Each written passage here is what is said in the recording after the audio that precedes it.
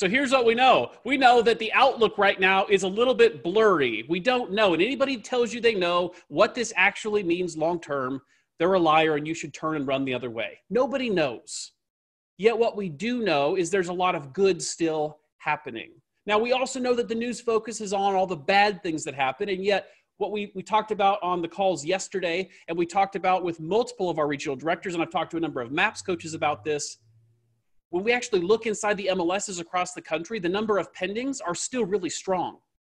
They really haven't been affected too much yet by this. So what that tells me is if your business is effective or affected, you may be the culprit, not the virus. So be careful you aren't letting the virus and the scare of the unknown be an excuse to stop doing what we know we should do, which is just to simply reach out to our people, love on our people, see how we can help our people. Now, what we also know is there's some people, an objection you may hear is, oh, this is just like last time. This is just like it was before. Now, something that's interesting here from CoreLogic, I want you guys to see this. What we know is, and Gary said this Monday when he started this incredible lineup of training that they are doing all this week. He said that, make no bones about it, we are going into a recession. Now, let's give some real perspective here. A recession is when we simply shift from one trajectory to the other. It doesn't mean blood in the streets or doom and gloom. The recession is a correction. And if you haven't noticed, we've needed a correction for a while. So this is a very healthy thing for our market. What's interesting from CoreLogic here is out of the last 5 recessions, we actually had home appreciation. It's counterintuitive, but we actually had home appreciation in 3 of the last 5 recessions. So for me, that tells me there's still opportunity. There's still wealth being created, and there's still lots of people who need our services and our help. We just have to go out and find them. We have to take this message to them. So let's dive in quickly. We're going to give you 5 simple graphs proving to you and that you can use your clients that this is nothing like the Great Recession that we just came out of. Now, show of hands on the screen right now. How many can honestly say that I can understand how my clients might feel like it's the same as the Great Recession based on what they're seeing and experiencing? Can anyone see where their clients might be coming from there? Yeah, like this is a totally normal thing. This is completely normal that they could be feeling this. It's our job to educate them as to what things actually are. And this is all based in fact. You're going to have all the sources cited. So here's the first one. We know the first one. Mortgage standards are nothing like they were back then. They're nothing like they were back then. Here's what we know. Back in the day, mortgages were extremely easy to get. If you guys remember, if you were in the business back then, you could be a server on stated income and still qualify for a huge loan. It was so far out of bounds, there's no wonder that we had a big problem. Now, a couple context points here on this graph. I want you to see, you can see in the 2006 where the bubble, the June-ish, around June 2006, the bubble burst. What we know is this. This index from the Mortgage Bankers Association, the higher the number, the easier credit availability is. The lower the number, the lower the availability is. Are we good there so far? Okay, you don't have to be an expert to get this. Here's what I want you to see. Today's mortgage availability, meaning how difficult it is to qualify for a mortgage, is actually harder today than it was before the run-up to the Great Recession. Do you see that? Now, what does this mean? Somebody unmute very, very quickly so we can keep this moving. What does this mean practically for our market today? It means that the appreciation rates were not artificial this time. Bingo. And Deb, you would know better than a lot of people because your former life, you were a lender. You know this stuff. You watch this stuff. And here's what we know, guys. When people have more skin in the game, naturally default rates are significantly lower because it's harder to walk away from our own money and our own skin in the game versus when we could do 0 down and stated income loans. So keep this in mind. One reason this is nothing like 2008 is because the standards to get credit are significantly more stringent than they were, even more stringent than they were before the run-up that led to the recession. Number 2, prices are not soaring out of control. Now, it may feel like it, but there's a couple things we need to have as points of distinction here. On the left, in the red on your screen, these are the 6 years leading up to the housing crash, the Great Recession. And on the right, the blue, they're the 6 years following. Somebody unmute real quick, very quickly, no wrong answers, but what do you take from this? What do you see? What's your initial reaction to this? That's a normal appreciation the last 6 years. Yes, I want you guys to write this percentage down. Write it down right now. The national average sustainable appreciation for home prices is 3.6%. 3.6%. Now, I know some of you high Cs out there have already done the averages and you've said, okay, well, look, but these 6 months, they're over 3.6%, Ben. So C, we're in trouble. We know that a home pricing is affected by a couple of things. One of them is supply. What kind of an inventory market are we in right now? Low or high? Low. We're a low market. So keep in mind that even in a low inventory market where it's very competitive for a lot of your people, as you all know, if you're out there in the field, we still have a healthy appreciation. We're not going off the rails with pricing like we were before. It's not crazy and out of control. Number 3, we don't have a surplus of homes on the market. We just talked about this from an inventory standpoint. We actually have a shortage. In 2007, we had an average of 8.2 months worth of inventory on the market. Today, 3.1. Now, what would you guess, somebody who hasn't shared yet, what would you guess is likely to happen based on the current climate of fear and unknown? Do you think inventory is going to go up or stay the same or go down? We're going to have them. It's going to go down. In the seller's market right now. Yeah, it's going to go down for a bit. And then just like in Shift, if you guys have ever been in a class with Gary and he draws the dip and he says, okay, tell me when the bottom is, they never know when the bottom is until he starts coming back up the trend line again. The point is nobody can predict when that point is. However, once people realize they've missed that point, when all of this is blown over, what then happens to inventory likely? Blows up. Blows up. Guys, so for our sellers, this is actually a really strategic time for them to sell if they're truly motivated to sell. This is a great time for them to be on the market. None of us have a crystal ball. All we can do is bet on what's likely, and that's informed by what's happened in the past. Okay? So keep this in mind. We know that this is absolutely setting us up for a great market on the other side for those who take advantage of it today. Number 4, houses became too expensive to buy. This is what led up to the recession last time. You can see this is a percentage of median income the average person needed to purchase a median income priced home. And in 2006, it was 25.4% of the median income that was required to purchase a home. What's it today? 15.5. Here are the notes I took on this one, guys, and this comes from NAR as well. The affordability formula has 3 components: the price of the home, the wages earned by the homeowner, and the mortgage rate available at the time. So I want you to keep this in mind. Today, prices are still high. Yes. Yes, they are, no doubt. Yet wages have increased, and the mortgage rate's about 3.5%. That means the average family pays less today for their home as a percentage of their income than they did before the run-up.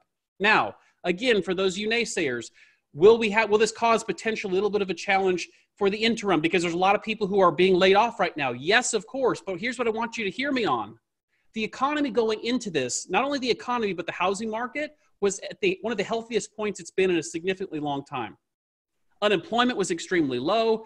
The housing market was extremely stable and solid. Going into this, we were healthy. And it's just like anything else. If you're healthy going into an injury, you recover faster. Our economy does the same thing. So yes, there will be people laid off here in the interim. Yet there will also be pent-up demand. Once we can all be out of our jail of our house, there will be pent-up demand, and restaurants will be full, and there will be 2-hour waits to get in to get services and stuff done because we've been waiting to do it at this point for a couple of weeks. Those people will be able to rush right back into a lot of their jobs, likely, based on what we're seeing today. So the economy going into this, the housing market going into this was extremely healthy. That wasn't the case before the Great Recession. And number 5, last one here. People are equity rich. They're not tapped out. You guys remember in the run up to the last one, Deb can speak to this because she was doing loans at the time. At the run up to the last one, people were treating their houses like ATMs. And they gained tons of equity and they pulled it all out to go buy toys. Well, here's the difference. I want you to write this down. This comes straight from the Mortgage Bankers Association. It's also verified by Freddie Mac. Right now, over 50% of homes in the country, and this was as of last week, over 50% of the homes in the country have a greater than 50% equity stake. Over 50% of the homes have greater than a 50% equity stake. Guys, if you don't see how significant that is, I don't know if I can help you. That's massive. That means they're in a really good spot. And at the same time, they haven't been drawing on that equity like they did last time.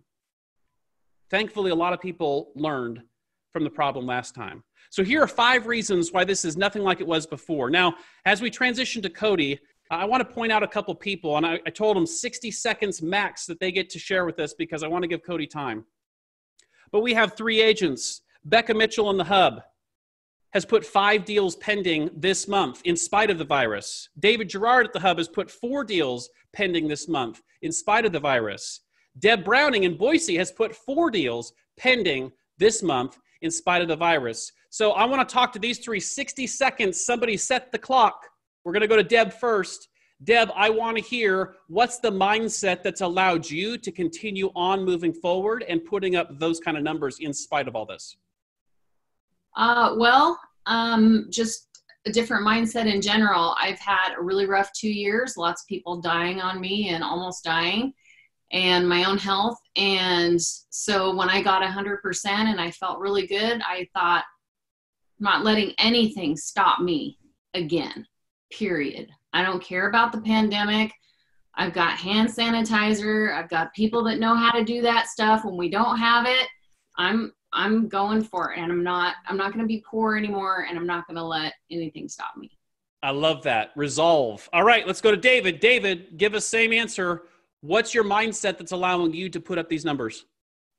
Yeah, I'm just, first of all, I'm having the right conversations with my buyers, so my mindset's translating to them in that they have to understand that there's pros and cons to every situation, including this.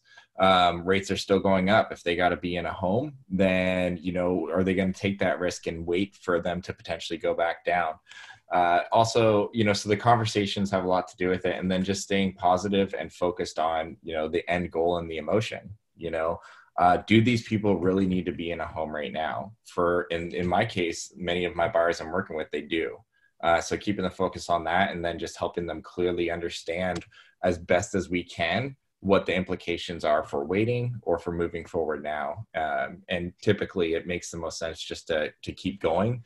And then if another hurdle stops the transaction later, we'll just have to take that as we go. I love that. I love it. All right. And Becca, last but certainly not least, you have 5 pending this month so far. Same question to you. What's your mindset going into this and that's continuing you pushing forward? Yeah, I think it's just about finding people's true motivation and just making sure we match that, right? So like, for example, when I have a couple that are buy sell, we sold their house, they have to buy, and just being realistic, checking in with the people currently in contract and just understanding where they're at, making sure that they're good. Right now I'm just focused on matching people's motivations. That's going to change next week. And the last couple weeks, people were highly motivated. I've told everybody it's a time to maximize on these things, both buying and selling. We're seeing multiple offers, hundreds and thousands over list. Like some people are getting 100,000 over list, maximizing that with our sellers and educating them. Like Gary said, you're selling in the market you're buying in. So just reassuring them that this is going to be something that you're going to buy into, whether you sell now or later. Just rest assured that, I don't know, I just am matching their motivation. I love that. I absolutely love that. And that requires you asking great questions on the front end to understand their motivation. I think that's really, really powerful. All right. And bonus, I want to go to Ryan Gregory, because Ryan, you made a post the other day and I saw it and you said, can't stop, won't stop. And you put a message out to everyone around you, 60 seconds. What's the thought process there? What did you mean by that? And what have you seen from that? Basically, for me, it's just much like I've dealt with in my life, is the world keeps turning whether we got this stuff or not. People still need to buy. People still need to sell. I've had a lot of people, especially my higher income folks, get really wishy-washy right now with the market. They're the ones that are a little more challenging, but the folks that are, in Portland are lower price points, so say like 250 to 350, are still in a high need to move to sell. A lot of them are worried about their jobs. So I've also got people right now that we need to get under contract right away, because if they do lose their job, then they're not going to be able to get financed. So it's just a lot of extra worry and concerns at the moment. But much like what David said, is I'm just trying to reassure them, like, hey, let's just keep on track here. Let's do what we're supposed to do like we normally would. And then if we have to deal with something later, then we will, like we always do. So I love that, man. What I'm hearing through all of that, and I hope you all are hearing this as well, is it's perspective. It's taking proper perspective of the situation at hand, doing what we can, helping those that we can, and keep moving forward, being relentless, not stopping the activities, not stopping moving forward. So speaking of that, I can't think of a better segue to go to one of the persons that I believe to be one of the most relentless, and that's Mr. Cody Gibson. So Cody, take it away, man. Take it as, even if we go a little bit long, I don't think any of them are going to be upset with you. So what do you have for us today? What are you thinking around this stuff? You guys hear me on your side okay? Yep. Okay, good. Couple of things, everybody. First, I wish we could all have a conversation with 110 of us, and we can't, so it has to be a little bit one way, but how are you? Like, I want you to think, like, how are you doing? I know that we all immediately jumped into, you know, how do we keep selling? How do we keep working? And there's nothing wrong with that. There's nothing wrong with that. Though it's okay to think, how am I doing right now? Like, what am I dealing with? What's going on around me? Who's being affected? Who's maybe worried about being sick, or maybe somebody in your family or sphere or somebody close to you is sick, or you're worried that they might be. It's okay to stop once in a while and just make sure, are you okay? Just think, am I okay? The idea behind it would be, so like in Alaska, years and years and years ago, I ran a search and rescue team, and it would be one of three things. So it was a search and rescue team, and then it was a rope rescue team. So it was either going and looking for somebody, picking somebody off a rock wall they shouldn't have been on or got stuck on, or it was a body recovery. And you typically knew before you went, like, what was going to happen. The challenge was you knew what you were going there for. You actually never knew what was going to happen. And so I remember this one event we went out for what was going to be the rest of the day and probably that night. So all of us were prepared for, you know, at least 12 hours and probably 24 hours, in the middle of nowhere. We got dropped off in a helicopter, and we knew it would probably be that night. And so we always called it like 24-hour packs, right? Or 24-hour go bags, if you will. Well, that trip turned into 9 days. And so you go from one overnight to 9 days is a really, really long time. Night number 2 wasn't that big of a deal. You're like, we're totally cool. In fact, you're looking around at your team, and I think there were 7 of us there on the ground, and it's like, all right. So we all packed for 24 hours, but we've all been here before. So who actually packed for 36 hours? And like most hands went up, and you're like, all right, cool. So we'll share these things. We'll use yours. Like, who's got extra food? All that shit was done by day number 3. Right? Nobody packed for 4 nights. Like, nobody went that far. And then we had 5 more days. And there's an acronym in the wilderness community. There's an acronym. It's called STOP. And STOP is, and here it is, right? It's stop, think, observe, plan. Stop, think, observe, and plan. And everybody on this call should stop, think about what's happening, observe what's happening around us. And the challenge is, like, you can't plan 4 days from now. You don't know what's going to happen 4 days from now. There's no telling. The type of news happening right now is moving at a speed that's never happened. And what you're seeing things that are like, hey, we're talking about this. This might happen, to, hey, this just happened. And it's all happening very fast. The last one is plan.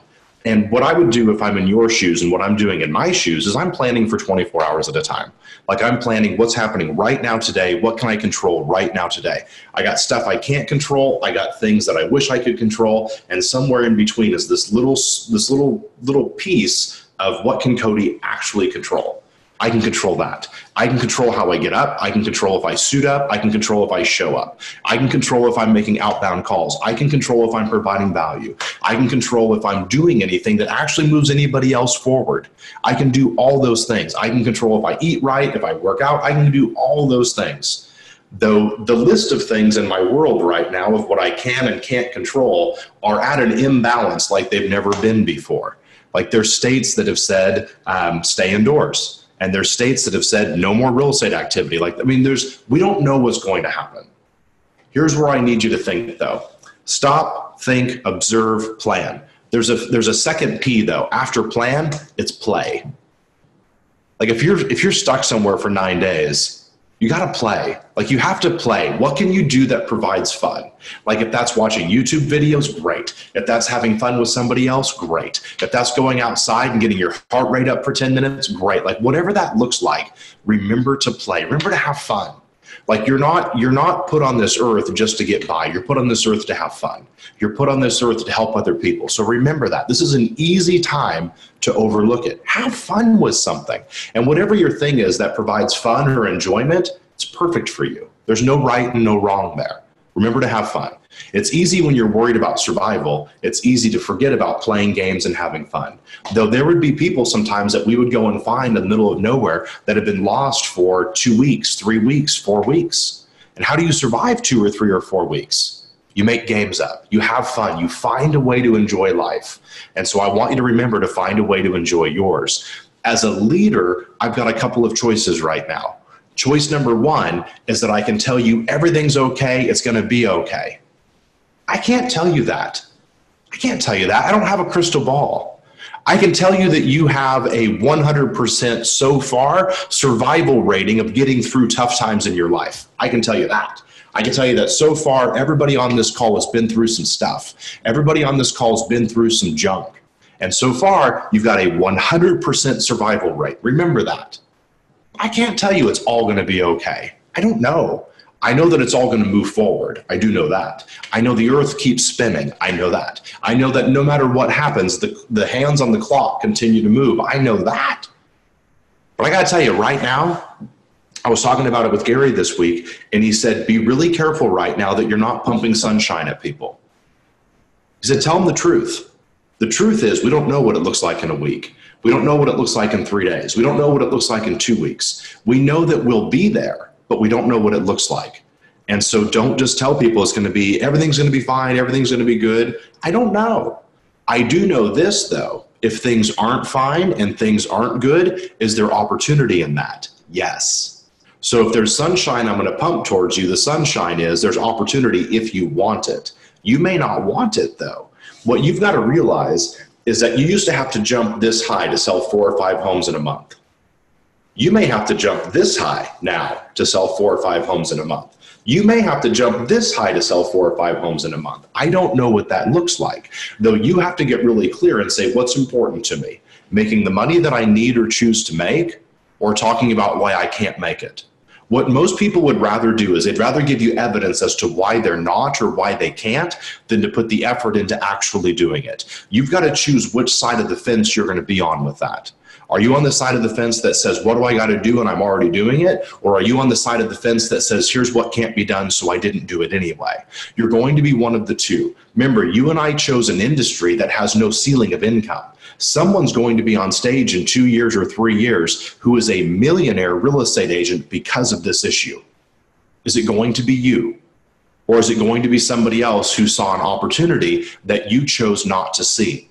Remember, you shouldn't be stopping people or you shouldn't be telling people what can't be done while they're doing it. The people that Ben just had talk who are out there selling homes, you would tell them there's no homes to be sold. They'd say, well, sounds like that's the truth for you. When I was brand new in real estate back in the very, very beginning, some of you have heard this story before. It was the year 2000. We had just gone through Y2K, which was one of those things where we were like, oh my God, the world's going to end. And of course, the clock just kept moving and actually nothing ended at all. It was just a funny joke for a little while. But I remember what I used to do. This was back in the old days of real estate. We don't have those today. Though back in the old days of real estate, there was a giant whiteboard in every workroom across the country in every real estate company. And the whiteboard, you would write the new listing you just took or that you have coming up on the market, and you would write the new pending that you had or where you just sold a home. And I remember one of the things I would do, and you've heard the story before if you've listened to 7 Steps to 10 Listings, where I was told to sell a house a week and I'd be okay. So I went and I sold a house a week for 16 weeks. On week number 17, I went to the sales manager and I said, can I get an extension? And he said, for what? And I said, well, I haven't sold my 17th home. Can I get an extension until Monday? And he looked at me and he said, Cody, nobody sells a house a week forever. You're doing amazing. And of course, and I'm not trying to recreate the story, though the whole idea behind it was, have you ever been told a truth that actually didn't help you? Well, that was a truth, but it actually didn't help me at all. And it took 4 months to sell my next house. I had sold a house a week for the first 4 months. Then it took 4 months to sell the next one. The only difference, what I thought in my mind, right? And so what I used to do though is I would walk downstairs and I'd walk into that workroom. Sometimes it was once a day. It was always once a day. Sometimes it was 4 or 5 times a day. And here's what I thought, and you'll have to just give me some grace on this. I'd walk in I'd look at a name on that board who just listed a home, or I'd look at a name on that board that just sold a home, and I would think, they are not better than me. Sometimes I would look and I would go, I know that idiot. I'm way better than them. Like, this is where I need your grace. I know that idiot. I don't know how they sold a house. Like, who chose this person? Wouldn't say it out loud very often, though I absolutely thought it. And I would think, there's no way that Cody can't do this. And I'd go right back to work. That didn't mean I sold a home that day. But all I needed to know was that if there was one being sold, I had opportunity. In your markets, there's a really solid chance that you're going to miss the spring selling season. If I'm wrong and you get a late spring selling season, then good for you. Though I'm going to take a wild ass guess that the total units sold this year is going to be less than it would have been without this pandemic. I'm just going to take that wild guess. If I'm wrong and it's up, congratulations, you did well. I need you to be prepared for the worst and yet hope for the best. But being prepared for the worst does not mean putting on rose-colored glasses saying everything's fine. Everything's not fine. Being prepared for the worst is saying this is the reality, and here's who I have to be in this reality. And you've got to learn how to jump a little bit higher. And if it means that you sell more homes, then congratulations. Someone's going to break out of this in this market and do an amazing book of business they would have never done. It happened in 08, 09, 2010, when we had all the short sales. Most agents were saying, oh my God, it's too hard. There was a handful who said, it's not too hard at all. Here's who I got to be. Let's go. You choose to be one or you choose not to be one. As long as there's a sale happening, you've got opportunity. And so the way that I looked at the world that I still do today, if people are buying and selling, I've got opportunity. I just need my unfair share of it. So just remind yourself, in your market, if there's one sale this week, then there was opportunity for you. If there were 200 sales this week, there's a whole bunch of opportunity for you. There was 100 new escrows yesterday in Austin, 100. Now the challenge is Austin has 15,000 agents. And so when you think 15,000 agents and 100 sales, you can do the math. Like someone's going without a sale yesterday, but there was 100 sales. Here's the deal. I don't need 100 sales today as an agent in Austin. I just need 1 or 2. So all I need is 1% of the market. I need you to keep perspective on what you are and what you can achieve. Now, that brings me to the next point. You're going to have to cut your expenses.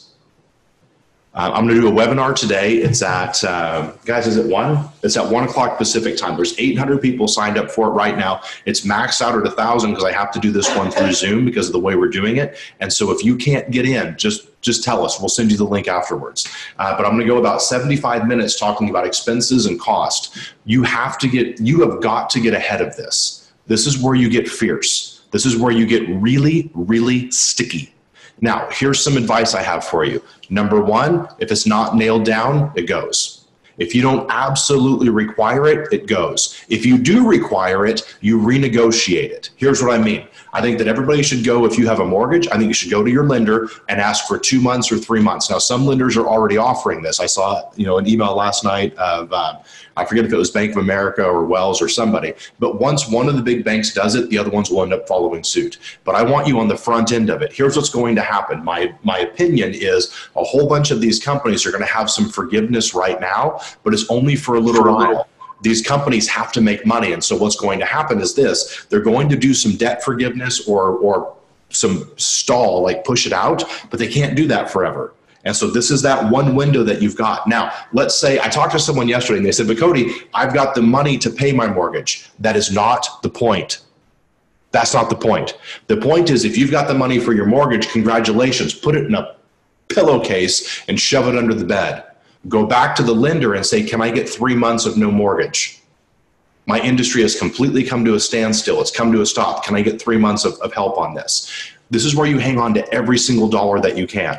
If things change in 2 months and who knows what's going to happen? There could be a vaccine figured out in 48 hours and we could all be laughing about the 1 week we spent indoors. We don't know. We have no idea.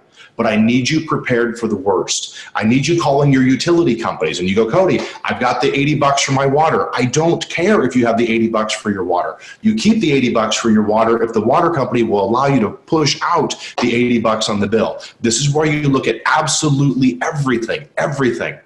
And you get really tough on it. if you're paying yourselves, which you should be, if you're not, this is a really good time to start. So if you're paying yourself like you should be, where you take a certain amount of money in, and then out of that money, you pay yourself a salary. I need you to go back and figure out what is the very bare minimum I have to have. And when I say bare minimum, I mean like peanut butter and jelly sandwiches. I mean like bare minimum. What is the least you have to get by? And some of you are already thinking, Cody, you're overdoing it. You're being Chicken Little. I am not. And it's okay if you think that. I need you prepared for the worst, hoping for the best. The worst case scenario is that you do better in this thing than you would have. The best scenario is that you do better. The worst scenario is you're prepared for it. So what is the absolute least that you can survive on? And I need you prepared for that. If you wonder what somebody like Gary, who's a billionaire, is doing, this is what he's doing. What is the least amount of money we have to have? Everything else goes. What's the least amount? Everything else, if it's not nailed down, we get rid of it. Everything else, we renegotiate. That's how millionaires and billionaires think. You know how hundredaires or thousandaires think? They think we're going to be fine. That's not the way people with big money think. They go, nope, we're not going to be fine, which is why they continue to have big money. I need you to think like that. I need you to push out as much as you can. Get crazy around this. This is where you get with, like if you have a spouse or a life partner or a husband or a wife or a family or whatever, I need you to go do this. Now, my advice this afternoon in the webinar is going to be somewhere outside of the house, like not at the kitchen table that you share a meal at, right? Go sit in the backyard. Bring the entire budget that you have for your family. If you don't have a budget, then that's okay. Bring your credit card statement. Bring your bank statement. That's a great place to start. Bring a great big red pen and start lining through things saying, we don't have to have this, we don't have to have this, we don't have to have this. Now, here's my advice on this. What's happened in the past stays in the past. So my friends who have like a spouse or a life partner, this isn't the time that you say, well, yeah, but you spent $500 on this thing 2 months ago. Like, you know, the games that married couples play around this, right? This isn't the time for any of that. Everybody gets a pass on the past. That's kind of catchy. Everybody gets a pass on the past. And so you say, listen, it doesn't matter what you spent last year on the fishing trip that I would have spent this year on the spa trip. That shit goes out the window. It doesn't matter. And you get right to the bone. The bare minimum. Make it a fun game. You can still have fun with it, but this is where you need reserves. You have no idea what's about to happen. I don't have any idea what's about to happen. There's somebody out there who is telling you something really positive. And you know what? Holy hell, I hope they're right, but I'm not banking my livelihood on them being right. Do you get me on this? I hope they're right, but I'm not planning for that. I'm planning for the very, very worst, and I am ready for the very, very worst. All my friends in the country right now who are like doomsday preppers, they are loving this stuff. They're like, I've been telling you guys for years. You've been laughing at me. You ain't laughing now, right? Like my doomsday prepper friends. And I've never dipped my toe in that water because I know who I am. If I put one toe in, my whole body's in. I'll have like a trailer buried in the backyard under the dirt. And so I'm careful about that with myself. So I didn't. Though right now in this moment, I'm like, oh, maybe I should have done that. So I need you to get really crazy on the money. How can we cost share right now? What you're going to find is that being a part of UHG is going to have benefits and values to you that you didn't even recognize. There's benefits and values of UHG that I didn't even recognize because we weren't looking at the world this way. Find other agents in UHG and say, hey, how do we cost share on something? How do we do this together? You're going to have to get crazy on your expenses, crazy on it. If it's not nailed to the floor, you get rid of it. If you don't have to have it, you get rid of it. You just get rid of it. I need you to be crazy about it. Go back and renegotiate. Go back to if you have a loan on your car, go and ask for 3 months. Go and ask for 4 months and have them tack that money onto the back end of it. These are all things that lenders and banks are willing to do today that I don't know if they're willing to do it in 30 days or 45 days. Here's what's going to happen. My opinion, this is just my opinion. I don't have a crystal ball. I think that within 3 weeks or 4 weeks, whatever time frame, I don't think it'll be 10 weeks, though somewhere in the next month-ish time, restaurants will be back to being open again. Schools will be back to being open again. Those are my thoughts. I could be wrong. But if it happens, though, please, please remember what industry you're in. Just because you walk down the street and see a coffee shop full of people does not mean that realtors have money again. It means that there's a coffee shop with people in it that are buying coffee. You don't sell coffee. What you sell are homes. If our industry comes to nearly a standstill, if you look at the amount of transactions, I mean, if you were in process to buy a home or sell a home right now, like if it was you and it wasn't an absolute must do, I'll bet you would think twice right now. I bet you would say, time out, I'm not sure. Nothing wrong with that. That's probably the right decision to make. The question right now is not, will my transactions that are in escrow fall apart? That's not the question. The question right now is how many of them will fall apart. That doesn't mean that you don't bulletproof them. That doesn't mean that you don't have some say in it, that you can't help it, or influence it. But do you get to control it? No. In the city of Portland, we went from, I think it was 1,800 applications for unemployment to 18,000 in a matter of 2 or 3 days. If you don't think that has some type of impact on the real estate market, you're crazy. At the same time, everybody on this call needs to go and find money. What I mean by that is this: we all have circles of influence. Go find the person that's got a few $100,000. Go find the person who's got a couple of million. Go find the person who is the millionaire next door type person. Go find those people, because they're going to be the ones that if we do have a stall out and if we do have a decrease of value, I mean, I saw an agent yesterday post online that said, hey, everybody, don't freak out. Values aren't going down. What crystal ball are you looking at? I can't say that. I don't know that. I can't tell you that. I have no idea if values are going to go down. I don't know. I know that right now your values are as high as they have been in a long time. If you own a home right now, I think you ought to look at refinancing it. I think you ought to look at refinancing it and pulling cash out. If you have that opportunity, I think you ought to go look at it. Like, you've got to figure out how to survive right now. This is not thrive time. Do you understand how hard this goes against my grain to say these things? Do you get it? You've never heard me talk like this. If someone says, Cody, survive, I go, screw you, I'm going to thrive instead. That's how I live, but not in this moment of time. In this very small window of time, it is not pie in the sky, positive thinker, motivational speaker, here's how we get through it, we're okay. Nope, all that shit goes out the window. Right now, for a short period of time, it's how do we survive?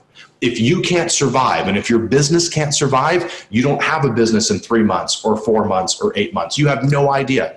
Gary made the comment to me this week. He said, Cody, whatever goals you had for the business in 2020 are now on ice. They don't exist. You don't even know what goals to work within. That's how a billionaire thinks. It'd be real easy to stand there and go, oh, we're going to be all right. We don't know. Does that mean that you can't keep selling homes? No, don't misunderstand what I'm saying. I'm saying prepare for the worst, hope for the best. Don't be the person that goes, oh, everything's cool, everything's fine. No, it's not cool. It's not fine. But there's still opportunity. There's still somebody who wants to buy. There's still somebody who wants to sell. And the good news is you're the right person for them to buy and sell with. So you have opportunity. I need you to look at the world of opportunity differently than you look at your personal world. In your personal world, man, it is survival time. And then you thrive later. This isn't your time to thrive. This is your time to survive. And you get really clear about that. This is a short window. 2 weeks, 2 months, 4 months, 90 days. I don't know. This is a short window of time. This is not forever. This is not even a year or two. This is a short window of time. We believe, but we don't know that. About every 10 to 15 years, the real estate industry comes to a screeching halt on sandpaper. And people will quite often say, this time isn't like that time. It's never like that time. If you look at the history of the real estate market hitting sandpaper, one time it's oil prices, one time it's war, one time it's the mortgage meltdown, one time it's a technology bubble. It's never the same damn thing. It's never the same thing. One time it's rates. I remember when I first got licensed in 2000, rates were like 8.8. That's the highest I've ever seen in 20 years, by the way.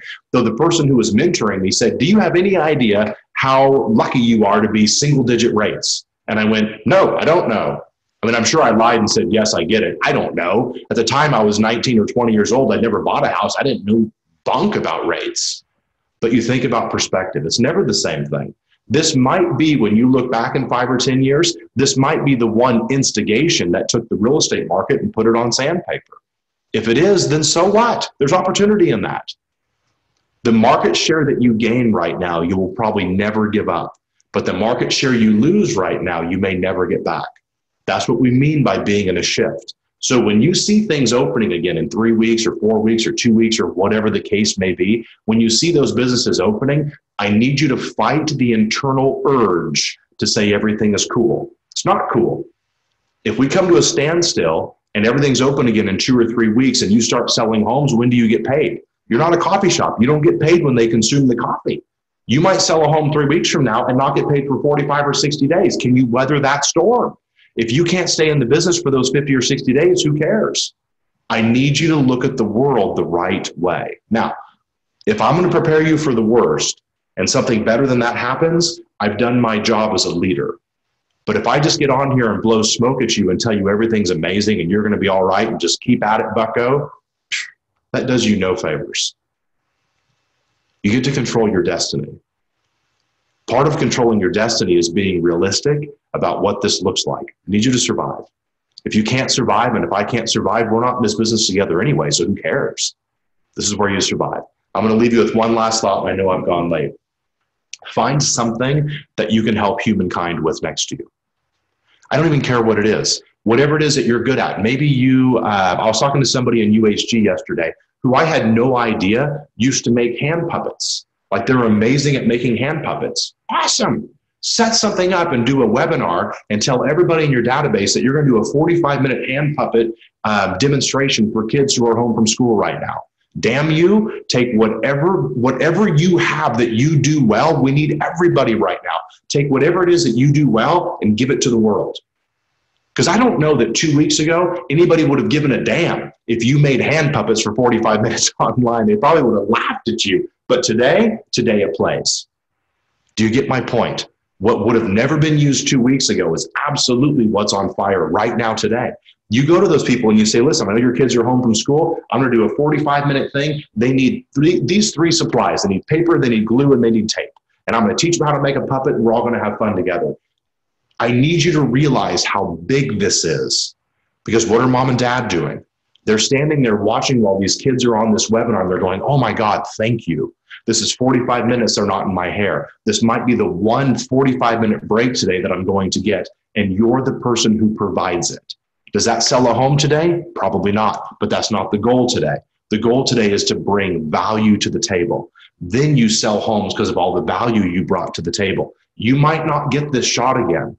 There may never be this opportunity again where you get to do anything that brings value to people and be a local hero. Darn it, go be a local hero right now.